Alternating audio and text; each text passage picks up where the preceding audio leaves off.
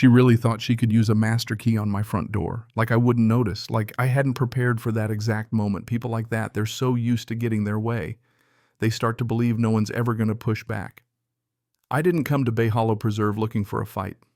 Believe me, I came for the kind of quiet you only chase after you've buried a war and a wife.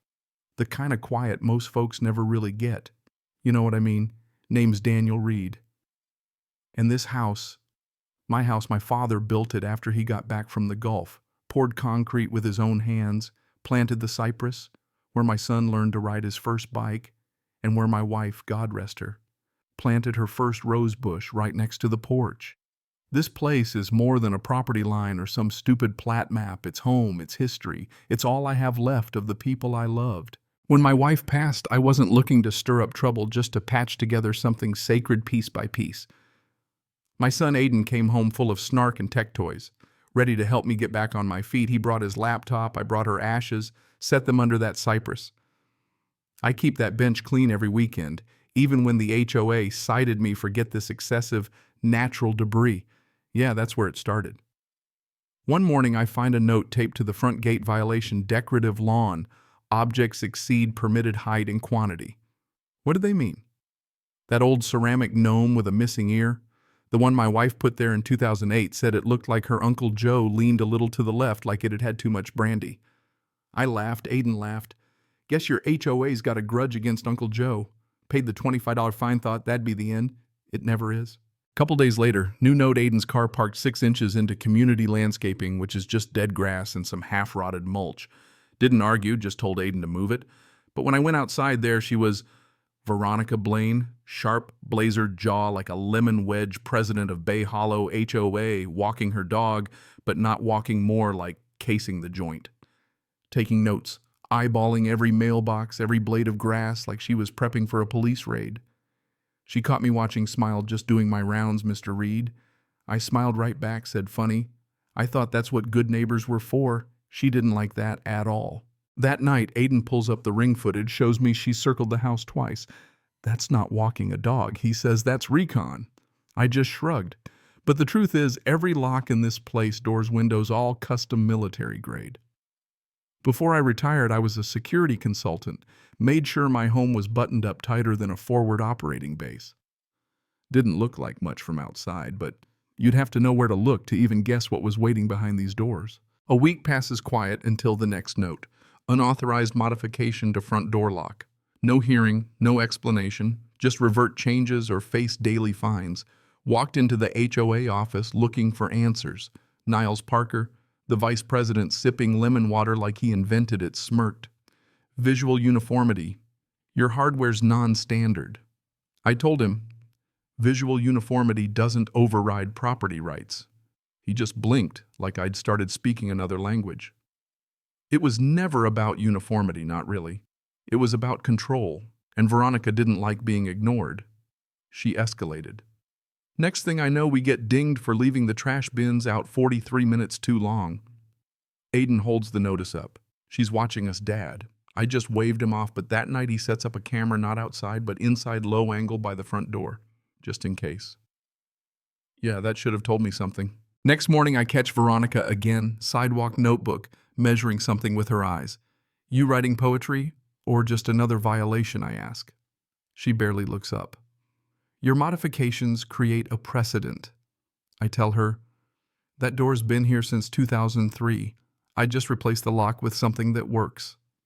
Her smile is small, smug. You're not very cooperative, Mr. Reed. Neither was my father, I say.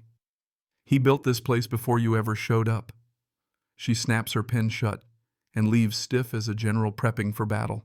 Then comes the real warning, typed red ink, threatening progressive enforcement action, including mandatory adjustments by high contracted personnel.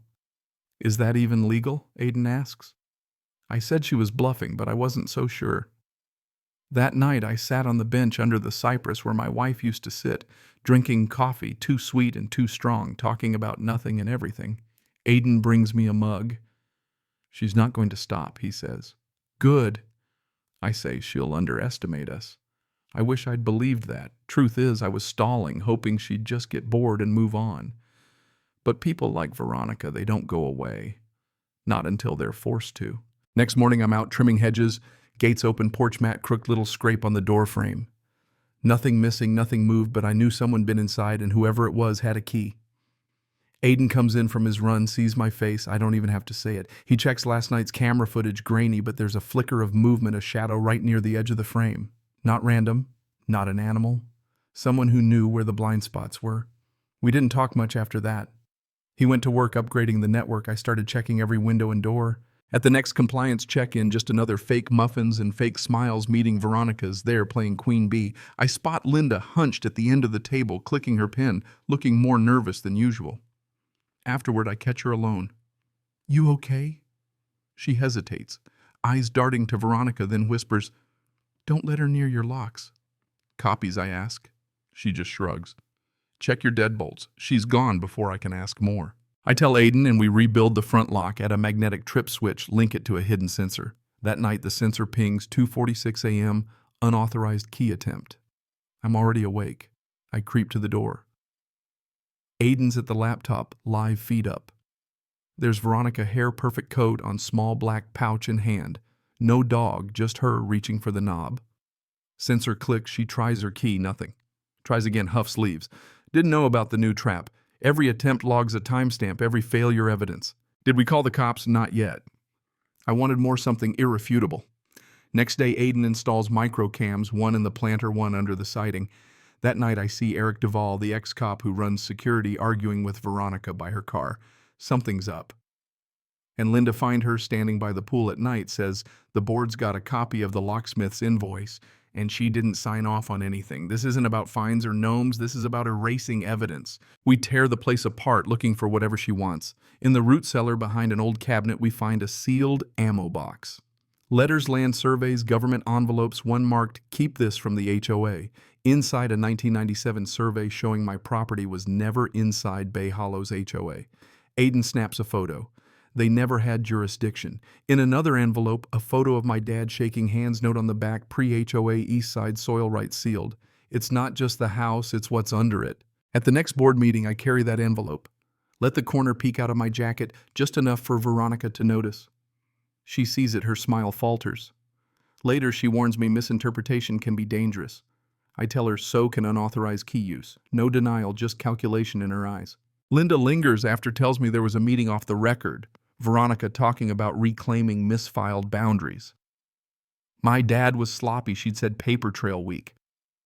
No, he was careful, just not careful enough to stop someone hell-bent on grabbing power. That night under the cypress, I find an old hand-drawn map, one circle marked just south of the tree. We dig until dark shovel hits something solid, a steel lockbox, heavy and rusted, full of old maps, a letter from my dad. If they come for you, these records might help. Trust no one who sits at that table. A geotechnical soil report, mineral rights lease, and get this, Veronica's name on a 1997 document. She'd been here longer than anyone thought. Camcorder tape. Linda helps us play it. My dad arguing with Gerald Price, the old HOA president. I buried the original plats. Good luck redrawing a map without them. Linda tells us Veronica keeps an annexation package in a locked drawer, proof she's been trying to retroactively claim our house. If Linda can get it, she will. Tuesday night, just like she asked, I leave the gate open. Linda slips an envelope under the bench inside the annexation package boundary, redraws a memo signed by Veronica outlining a plan to rezone and reclassify properties, challenge original surveys. Smoking gun right there. A thumb drive video of Veronica and Gerald Price, voice clear. Once he's out, the board can file everything clean. The mineral record won't hold up in court. This isn't just overreach. It's a cover-up, years in the making. Aiden edits a clip posted in the neighborhood Facebook group.